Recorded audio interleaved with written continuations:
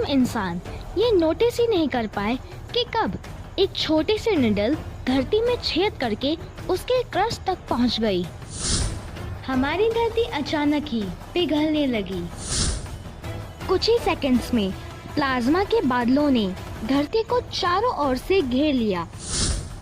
ये सब एक डरावनी तस्वीर जैसा है जो धरती में चारों ओर फैल रहा है।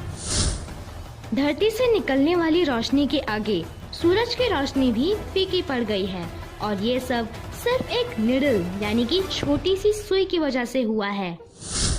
Hello friends and welcome back to the money the explorer episode. Friends, आज के इस वीडियो में हम ये डिस्कस करेंगे कि क्या हो अगर एक छोटी सी सुई प्रकाश की गति से हमारी धरती से टकरा जाए तो। So let's start this video.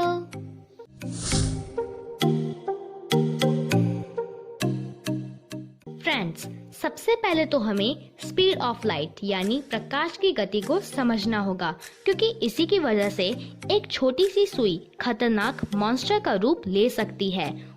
उसके बाद हम निडल से होने वाले इम्पैक्ट को जानेंगे।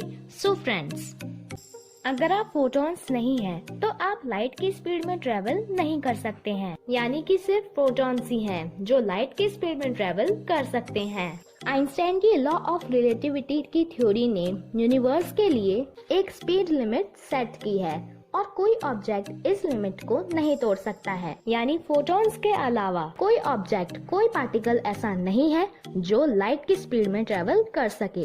ऐसा क्यों, ये आप अभी जानने वाले हैं। फोटॉन्स क्या है और क्यों इन्हें तेज गति का विशेष अधिकार प्राप्त है। फ्रेंड्स, फोटॉन एक सब एटॉमिक पार्टिकल है, यानी उपपरमाणु कण जो प्रकाश बनाते हैं। ग्रीक भाषा में फोटॉन्स का मतलब लाइट होता है। 1905 में आइंस्टाइन फोटॉन्स के एक कॉन्सेप्ट के साथ आए। तब उन्होंने एक्सप्लेन किया कि फोटो इलेक्ट्रिक का प्रभाव कैसे काम करता है। फोटॉन्स का कोई द्रव्यमान यानी मास नहीं होता, इन्हें विभाजित नहीं किया जा सकता, पर हाँ, हम फोटॉन्स को क्रिएट एंड डिस्ट्रॉय कर सकते हैं। फोटॉन्स की इन्हीं प्रॉपर्टीज की वजह से ये लाइट की स्पीड में ट्रेवल करने की क्षमता रखते हैं, वो भी बिना किसी मास के। किसी ऑब्जेक्ट को इन्फिनाइट तक लाइट की स्पीड में मूव करने के लिए एक इक्वल अमाउंट में एनर्जी और फ्यूल की आवश्यकता होगी, जो कि अभी हमारे पास नहीं है। फ्रेंड्स, वैक्यूम यानी शून्य में लाइट की स्पीड है 299,792,458 मीटर्स पर सेकेंड। अगर आप इस स्पीड में ट्रेवल करेंगे तो आप 3.03 मिनट्स में मार्स तक पहुंच सकते हैं।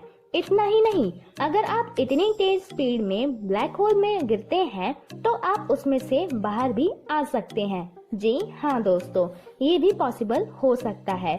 कहा जाता है कि ब्लैक होल में से कोई भी बाहर नहीं आ सकता, वो इसलिए क्योंकि कोई भी लाइट की स्पीड में मूव नहीं कर सकता है। ब्लैक होल के पास तो लाइट भी नहीं दिखती, बट सोचिए कितनी एंडलेस पॉसिबिलिटीज हो सकती हैं अगर हम लाइट की स्पीड में ट्रेवल कर पाए तो। फ्रेंड्स, एस्ट्रॉइड्स एंड मीटियोर्स तो हमारी अर्थ के क्लोज आते ही रहते हैं, पर उनकी स्पीड इतनी तेज नहीं होती। वो हमारी अर्थ के एटमॉस्फेयर में आते ही जल जाते हैं और नष्ट हो जाते हैं। सोचिए, क्या हो अगर सुई जितना छोटा ऑब्जेक्ट हमारी अर्थ की तरफ बढ़ने लगे, और वो भी प्रकाश की गति से। निडल जितना छोटा ऑब्जेक्ट नॉर्मली आ जा सकता है और हमें इसका पता भी नहीं चल पाएगा, लेकिन स्पीड सब कुछ बदल सकती है और एक छोटी सी निडल हमारी अर्थ को तबाह कर सकती है। अब आप सोचेंगे ये कैसे? Let me explain. फ्रेंड्स, वो है तो एक छोटी सी सुई, पर लाइट की स्पीड में ट्रेवल करने की वजह से वो काइनेटिक एनर्जी में कन्वर्ट हो जाएगी। फ्रेंड्स, काइनेटिक एनर्जी वो होती है जो ऑब्जेक्ट अपने मोशन या एक्सेलरेशन से गेन करता है।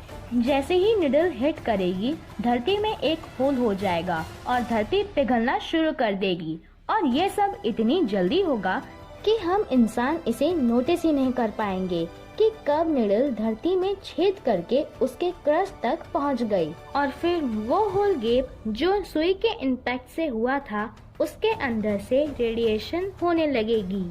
उसमें से प्लाज्मा के गुबार बाहर के ओर आने लगेंगे। कुछ ही सेकंड में चमकती धूल के बादल अर्थ को चारों ओर से घेर लेंगे। ये एक डरावनी तस्वीर होगी जो पृथ्वी में तेजी से फैल रही होगी। धरती से निकलने वाली रोशनी के आगे सूरज की रोशनी भी फीके पड़ने लगेगी और ये सब सिर्फ एक छोटी सी निडल के इम्पैक्ट से हुआ है। हमारी धरती तेजी से पिघलने लगेगी, पर ये सब देखने के लिए कोई नहीं होगा क्योंकि धरती पे पूरा जीवन खत्म हो चुका होगा। धरती का ये विनाश सोलर सिस्टम के बाकी प्लैनेट्स को भी प्रभावित करेगा। धरती से निकलने वाले शॉक वेव्स की वजह से सोलर सिस्टम प्रभावित होगा और फिर धरती के एक्सप्लोड से निकलने वाला धूल का गुब्बारा सूरज को पूरी तरीके से ढक लेगा। पर ये सब तभी मुमकिन होगा जब एक निडल लाइट की स्पीड से धरती की तरफ बढ़ेगी। होपफुली आइंस्टाइन की लॉ ऑफ रिलेटिविटी की थ्योरी को कोई नहीं तोड़ सकता। कोई भी ऑब्जेक्ट प्रकाश की गति से ट्रेवल नहीं कर सकता। ये बस एक हाइपोथेटिकल इमेजिनेशन थी। आई होप आज आपने इससे कुछ नया सीखा होगा। अगर अभी भी आपके पास कोई सवाल है तो आप मुझे कमेंट में बताएं। फ्रेंड्स, आपके मन में भी कुछ हाइपोथेटिकल सवाल होंगे, जैसे कि क्या हो अगर धरती सूरज जितनी बड़ी हो जाए तो, और क्या हो अगर हमारा चांद गायब हो जाए तो। अपने ऐसे सवाल कमेंट करके बताइए, फिर हम अगली वीडियो में उस पर डिस्कशन करेंगे। And thanks for watching.